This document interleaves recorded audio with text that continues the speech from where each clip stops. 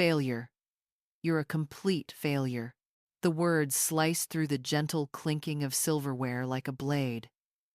My son, Logan, stood across from me in his tailored navy suit, his voice loud enough for the entire restaurant to hear. His wife, Brianna, let out a cruel little laugh, the kind that carried more venom than words ever could. Around us, the other diners, his colleagues, friends, and in-laws pretended not to listen, but I could feel their eyes pressing against me, pitying, entertained. If you are watching this video, please like and subscribe to the channel, and tell me in the comments where you are listening to my story of revenge from. I want to know how far it has reached. It was Mother's Day, of all days. I sat quietly at the long table in the Magnolia Room, a place I could never afford, at least not according to them. My hands trembled slightly as I held my teacup, the porcelain delicate but strong. I supposed I looked the same delicate perhaps, but not nearly as fragile as they thought. You should have stayed home, Brianna sneered, adjusting her diamond bracelet so it caught the light. These places are for people who've accomplished something. Laughter rippled through the table. Logan leaned back in his chair, proud, confident, the self-proclaimed architect of his own success. My heart ached, not from embarrassment, but from the quiet rage of a mother who had watched her child turn into a stranger. For years, I'd allowed them to believe I was poor, weak, dependent. I'd worn thrift store clothes and driven an old sedan that coughed and groaned on cold mornings. I'd accepted their $500 monthly allowance with a thank you note every time. I'd even smiled when Brianna called me adorably old-fashioned. They thought I needed them. They thought they owned the story of my life. But the truth sat quietly inside my purse. That afternoon, a golden envelope, smooth and small, containing the end of their illusion. I placed it gently on the glass table, my fingers steady now. Before dessert, I said softly, I'd like to give you both a gift. I fancied. I won. Brianna rolled her eyes. What is it this time? Another one of your pity presents? No, I replied, my voice calm, too calm. It's a gift that will change everything. There, the table fell silent. Even the waiter froze mid-step. I met Logan's gaze and saw confusion flicker across his face for the first time in years. In the next 5 minutes, I continued evenly, your $10,000 monthly allowance will stop. The Maple Ridge mansion, the 3 Mercedes-Benz cars, and even the coal and Hart construction company you boast about, none of it will belong to you anymore. Someone gasped. Brianna's wine glass slipped from her hand, splashing red across the white tablecloth like blood on snow. Logan's face went pale, his lips trembling. Mom, what are you talking about? You don't own any of that. And of that. I leaned forward slightly, allowing a small, knowing smile to touch my lips. Don't I? The room had grown so quiet. I could hear the ticking of the chandelier clock above us. For decades, they had humiliated me publicly and privately. But that afternoon, in that glittering restaurant, it was finally my turn. As their laughter faded into silence, I realized something extraordinary. The most powerful revenge is not anger, but truth spoken calmly. And as I looked at my son's terrified face, I knew they were about to meet the real Marion Cole. 6 months before that unforgettable Mother's Day, I lived in a quiet, cream-colored house on the edge of Willow Creek. My neighbors saw me as the kind widow who watered her roses every morning and waved to the mailman. To everyone, including my own son, I was just a modest woman, surviving on a small pension. That illusion was my greatest shield. Each morning, I brewed coffee in an old percolator, the one I bought for $3 at a yard sale. I'd sit in my threadbare armchair by the window, reading the newspaper and pretending to care about coupon prices. But behind that mask of simplicity, every moment was part of a plan I had been perfecting for years. You see, I wasn't poor. Far from it. I was the silent investor behind Cole and Hart Construction, the company Logan proudly claimed to have built from nothing. The nothing was, in fact, my money strategically funneled through trusts, shell companies, and quiet connections I'd built over decades of work and sacrifice. He never questioned where the early funding came from or how every lucky contract had landed in his lap. His ego filled in the blanks for me. For years, I played my role carefully. The invisible mother, the sweet, outdated woman who should be grateful for scraps. But invisibility gave me power. When people stop seeing you, they stop guarding themselves.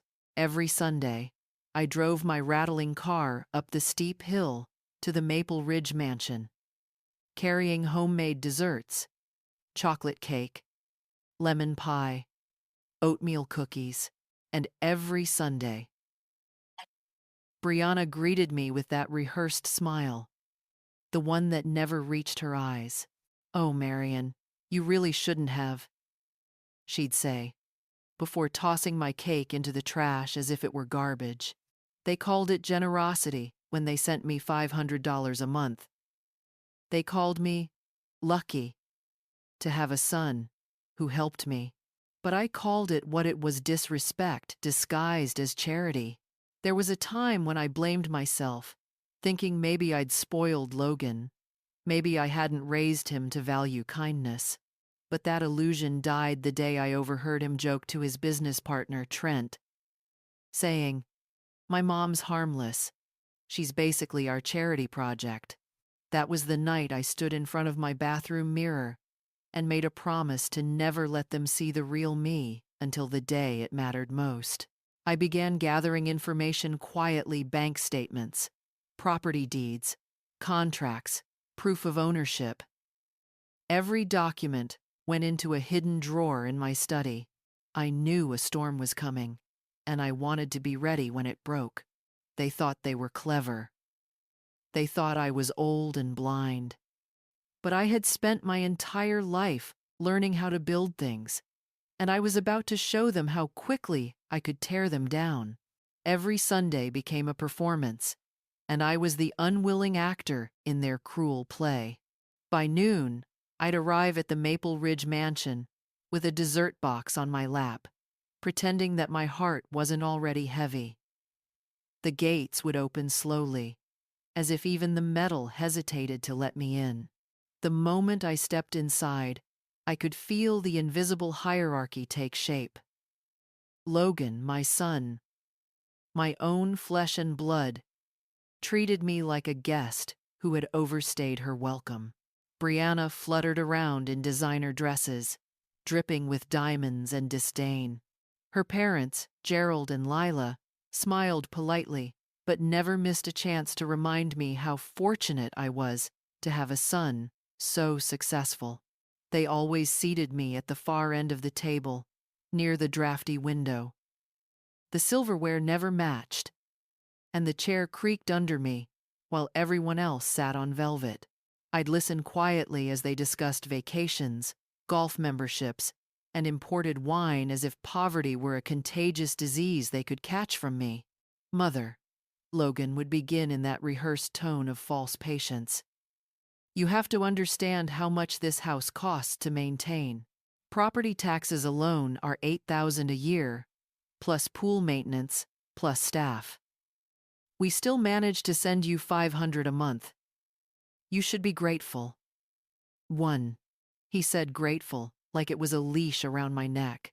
Meanwhile, Brianna loved using me as a prop to entertain her friends.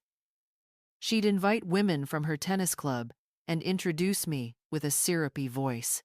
"This is my mother-in-law, Marion. She's so brave, living all alone on such a tiny income. Logan and I try to help her, of course. Family first, right?" Her friends, identical women with frozen smiles and glassy eyes, would nod in fake admiration. "Oh, how inspiring," one of them would say. "I hope I have her strength when I'm that age." "Too awning for you too." Sometimes Brianna would hand me a rag and ask, "Since you're here, could you help polish the windows? It keeps you active, dear." And I'd do it, not because I had to, but because I was taking mental notes. Every insult was a nail, every humiliation a hammer. They were unknowingly helping me build the weapon I'd use to destroy their illusion. One afternoon, they even rearranged the dining room and removed my seat from the main table entirely. "It throws off the symmetry," Logan said, without looking at me. From my new spot by the corner wall, I realized something. I had become a ghost in my own family present, but unseen. And that's when I knew the end of this charade was coming soon. They had mistaken my silence for surrender. But what I was really doing was sharpening my calm. The final straw came on an early April Sunday. The air smelled like fresh lilies and deceit. When I arrived, the mood in the Maple Ridge mansion felt strangely rehearsed. Everyone too polite, too welcoming, as if I'd walked into a stage play where I was the only one without a script. "Marion, darling." Brianna greeted me, wrapping her arms around me with exaggerated sweetness. "We've been waiting for you. Sit down. We have something wonderful to discuss." Her tone made my skin crawl. Logan sat in his leather chair, phone in hand, his expression rehearsed to look serious yet caring. "Mom," he began, "we've been thinking about your future. You're 64 now, and living alone isn't safe anymore. What if something happens and no one's there to help?" I stayed silent, my heart pounding but my face serene. I had heard enough lies from people who claimed to love me. Brianna pulled a glossy brochure from her purse and slid it toward me like she was offering salvation. On the cover, elegant gray-haired couples smiled under the words, "Sunset Grove Retirement Community. It's a luxury home for people your age," she said, beaming. "You'll have private care, a chef, activities, gardens, everything you need. And best of all," she clasped her hands dramatically, "we'll pay for it all. $2,500 a month, completely covered by us." Her words hung in the air, too polished, too perfect. And then Logan added the line that revealed everything. "We've also talked to a realtor about selling your house. It's an old place, but we might get $30,000 for it. That will cover almost a year of your stay." I froze, pretending to study the brochure while my mind raced. My home, bought with my own money, was now part of their retirement plan. I realized then that this wasn't love. It was a strategy to erase me. Later, as they left for their so-called business meeting, Brianna made a fatal mistake. She forgot her phone on the coffee table. When a message flashed across the screen, I saw enough to confirm everything. "Did you convince the old woman?" her sister had written. "Mom says, once she's in the home, we can remodel the house and use the garage for Dad's projects." My fingers trembled as I scrolled further. The messages spoke of guardianship papers, mental incompetence claims, and even a lawyer friend ready to help seize my remaining assets. In that moment, the woman they thought was weak died, and a new one was born. I took photos of every message. Then I walked out of that mansion smiling, knowing they had just written their own obituary. They wanted to bury me, Instead, I would bury their lies. That night, I sat at my small kitchen table, the one they mocked for its peeling edges, and stared at the pictures I'd taken of Brianna's phone. Each message was another dagger in my chest, but also another piece of evidence. Betrayal burned hot for a moment, but what replaced it was colder, sharper. I wasn't going to cry. I was going to plan. The first person I called was Harvey Stone, my attorney of more than 20 years, the only man who knew the truth about my wealth. When he picked up, I didn't waste time. "Harvey," I said, my voice steady. "It's happening. They're trying to have me declared incompetent." There was a long pause, then a sigh that sounded like steel being sharpened. "All right, Marion," he replied. "Then we play offense. No more hiding." Over the next few days, Harvey and I built what he later called the most ironclad protection network of his career. Every will, every trust, every property deed updated and notarized under my direct supervision. We filed a legal statement affirming my full mental capacity, backed by medical certification. If they even whispered about my decline, they'd walk straight into a legal buzzsaw. Then came the financial front. Harvey organized every document proving my ownership. The Maple Ridge mansion, bought 15 years earlier under my holding company, Stone Harbor Holdings. The 3 Mercedes-Benz cars, all purchased through my personal accounts. And the crown jewel Cole and Hart construction, 80% legally mine through a layered web of trusts and shell corporations. Harvey looked at me across his mahogany desk. "You've been smart, Marion. They think they're bleeding you dry, but every cent they spend leads straight back to you." We decided the next step required someone who could move quietly. That's how I met Caleb Knox, a former detective turned private investigator. His handshake was firm, his eyes sharp but kind. "I've seen a lot of family greed," he told me. "But this is a masterpiece of deception. Let's dismantle it." For 2 weeks, Caleb tracked their finances, recorded calls, and traced transactions. What he found confirmed everything.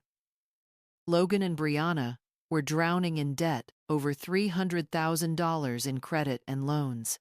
Their company wasn't thriving. It was my hidden money keeping it alive. The mask of success they wore was paid for with my silence. When Caleb slid the folder across my table, I knew I finally had enough ammunition. The woman they called a burden was about to become their reckoning. And this time, I wouldn't just defend myself. I'd make sure they'd never recover what they tried to steal. Caleb and I became partners in quiet revenge. Every Sunday after that, I kept up my act sweet, forgetful, harmless.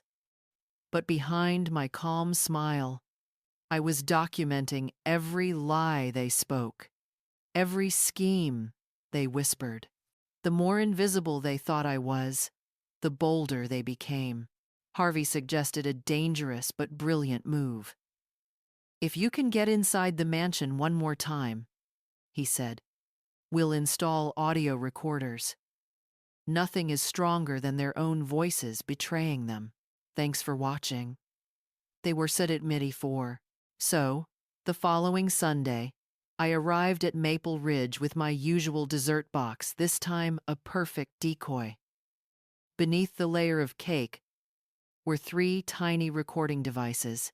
While Brianna bragged to her tennis friends about her upcoming spa trip, I quietly placed one device under the dining table, another behind a decorative vase in the study, and the last one inside the kitchen cabinet. They didn't even notice.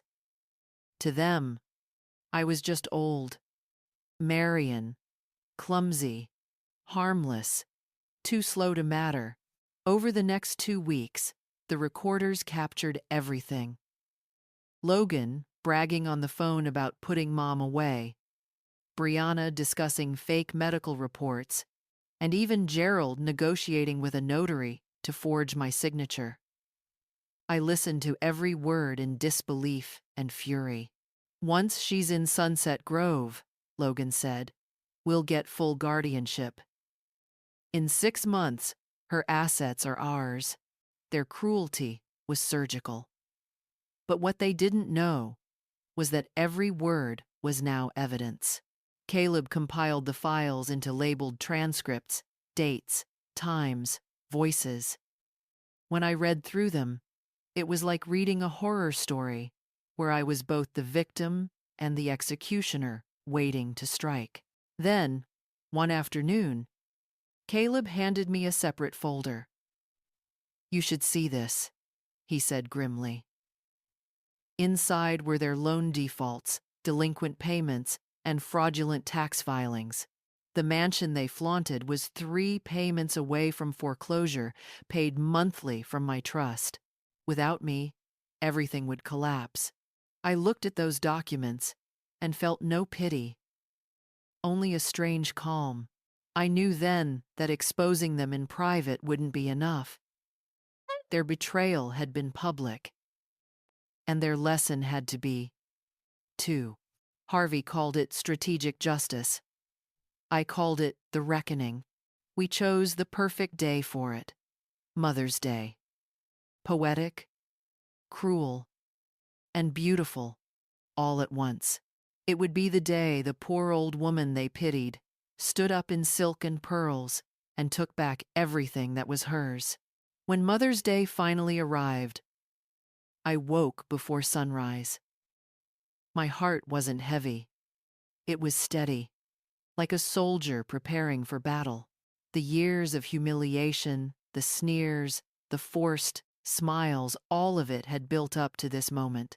I stood before the mirror in my bedroom and hardly recognized the woman staring back. Gone was the meek grandmother in worn sweaters.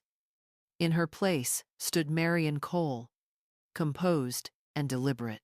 I chose a deep wine-colored dress, elegant but understated, and clasped around my neck the pearl necklace my mother had given me, the one I hadn't worn in decades. A reminder of who I truly was. In my purse rested the golden envelope, its weight symbolic. Inside were copies of every document, every title, every recording that would destroy their illusion. It wasn't revenge I wanted. It was revelation. At exactly noon, I arrived at the Magnolia Room, the same restaurant where they'd humiliated me months earlier. The irony made me smile. Brianna had orchestrated the entire lunch, complete with guests, flowers, and a photographer to capture her performance as the dutiful daughter-in-law. "Mom!" Logan exclaimed theatrically when I entered.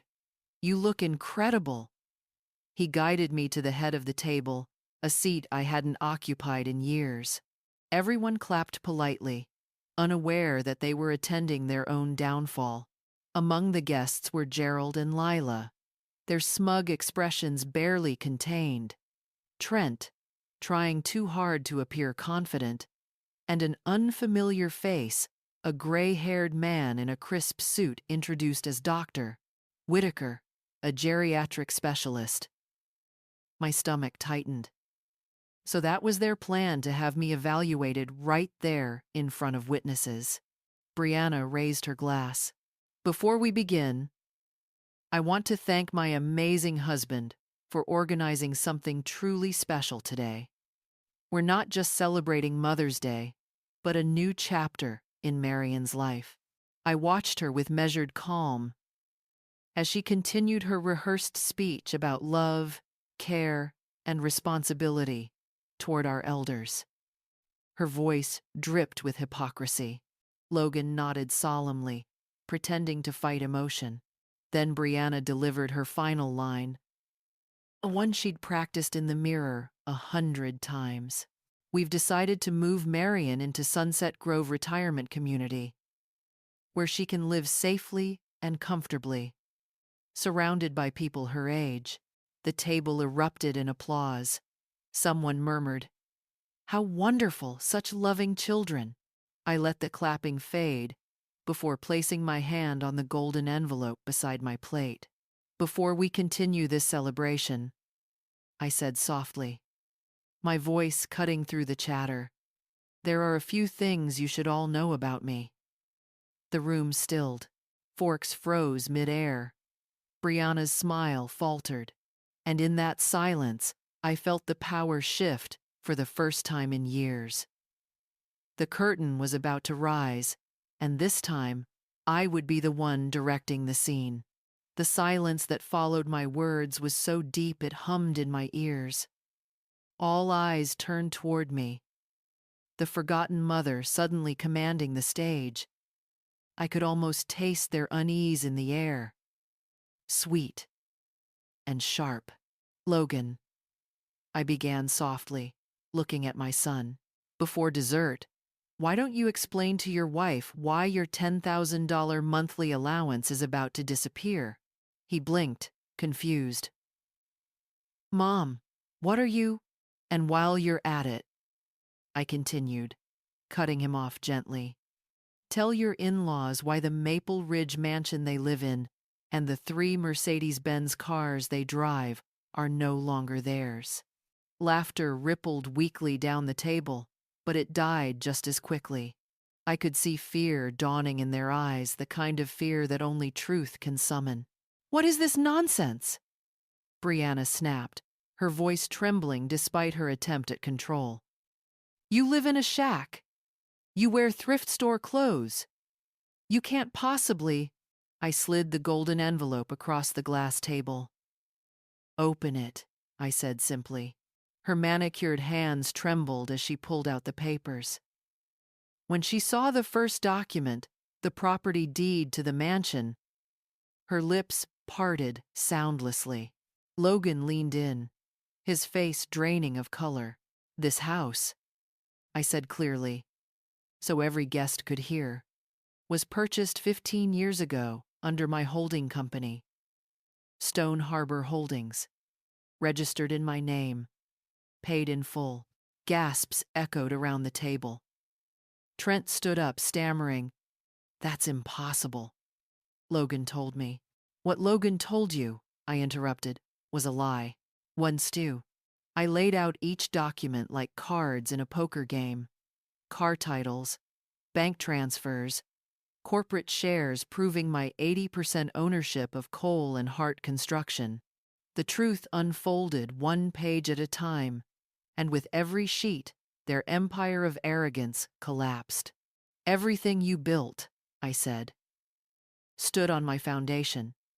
You just never noticed because you were too busy looking down on me." Brianna's hand flew to her mouth.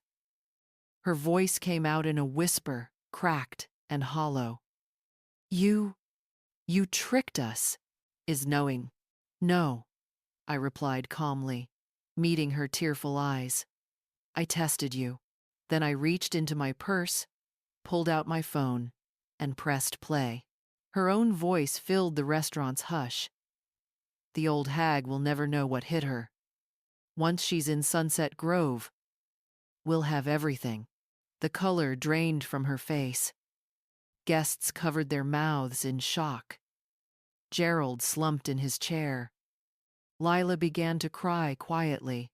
I leaned back, my voice steady and cold. "Happy Mother's Day, my dear children. You've given me the best gift of all proof that I was right about you." And as I looked at their crumbling faces, I knew the performance was over. The invisible woman had finally been seen. For several long seconds, no one moved. The only sound in the restaurant was the faint hum of the chandelier above us. Logan sat frozen, his eyes darting between the documents and the horrified faces of the guests. Brianna's mascara began to run, black rivers tracing down her perfect cheeks. Her parents, Gerald and Lila, whispered frantically to each other, as if searching for an exit that didn't exist. Then Logan finally spoke, his voice weak and breaking. "Mom, please, this has to be a mistake. You can't do this. We're family. Family? I repeated slowly, letting the word hang heavy in the air. Family doesn't plan to declare their mother mentally unfit. Family doesn't forge signatures to steal her home. Family doesn't call her the old hag who doesn't know what's coming. I will fanned. I turned to Trent, who looked like a man awaiting a sentence.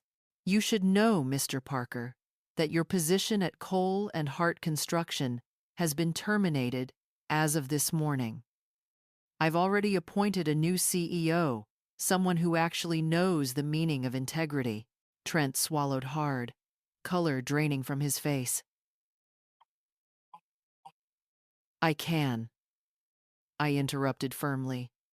And I already have. Then, I took out my phone once more and dialed a single number. Harvey, it's done, I said. Proceed with all cancellations. I looked directly at Logan. That means your monthly allowance ends today. You have 30 days to vacate the mansion. The vehicles will be collected by the end of the week, and the construction company, well, let's just say it finally belongs to someone who earned it. Logan's chair scraped loudly as he stood, his hands shaking. You're destroying us, I smiled faintly. No, my son. You destroyed yourselves. I'm merely turning off the lights, and it did. Gasps and murmurs filled the room. Some guests pulled out their phones, whispering to each other. I didn't care. The truth deserved witnesses. I pressed play again, letting the recording of Brianna's voice echo once more. Sunset Grove is basically a prison for the elderly. In 6 months, she won't even remember her name. Her face went gray, her eyes darting wildly, pleading for mercy that didn't exist. Marion, please, she whispered. We were wrong. We'll change. Blave, who is friend. You can't change what you never valued, I replied, my tone calm but final. And you can't rebuild on ashes. Dr. Whitaker, who had been silent until now, rose to his feet and addressed me respectfully. Mrs. Cole, I think it's clear you're far from mentally incompetent. The restaurant erupted in nervous laughter. For the first time in years, I laughed too quietly, but freely. That day, I didn't just reclaim my assets. I reclaimed my dignity, my name, my peace. As I stood to leave, the golden envelope tucked back into my purse, I felt lighter than I had in decades. Behind me, the mighty Cole family sat in ruins, surrounded by their own lies. They had tried to bury me under shame and manipulation, but instead, I made them choke on the dust of their own downfall. 3 months after that unforgettable Mother's Day, I woke up in my real home, the penthouse overlooking the Hudson, sunlight spilling across polished floors and shelves of books I'd collected over a lifetime. For the first time in years, I could breathe without pretending. The silence wasn't lonely anymore, it was peaceful. It was mine. Every morning began the same. A pot of rich coffee, soft classical music, and the city glittering below like an ocean of light. The woman who once lived in fear of her own son had vanished. In her place stood Marion Cole, whole, steady, and unafraid. The first thing I did after reclaiming my life was to create something meaningful out of my pain. With Harvey's help, I founded the Invisible Women Foundation, dedicated to helping older women reclaim their independence after financial and emotional abuse by their own families. In just a few months, we provided legal aid and financial counseling to dozens of women who'd been silenced by shame and manipulation, just like I once had been.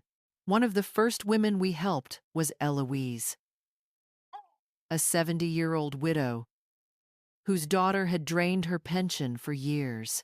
When we restored her accounts and handed her the documents proving ownership of her own home, she cried and whispered, "You gave me back my name."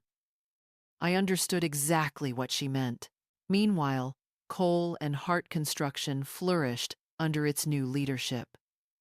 The new CEO, Elena Morris, transformed the company into one of the most respected in the state. Projects finished on time, profits doubled, and for the first time, the company bore the values I had dreamed of: discipline, honesty, and respect. As for Logan, he reached out after months of silence.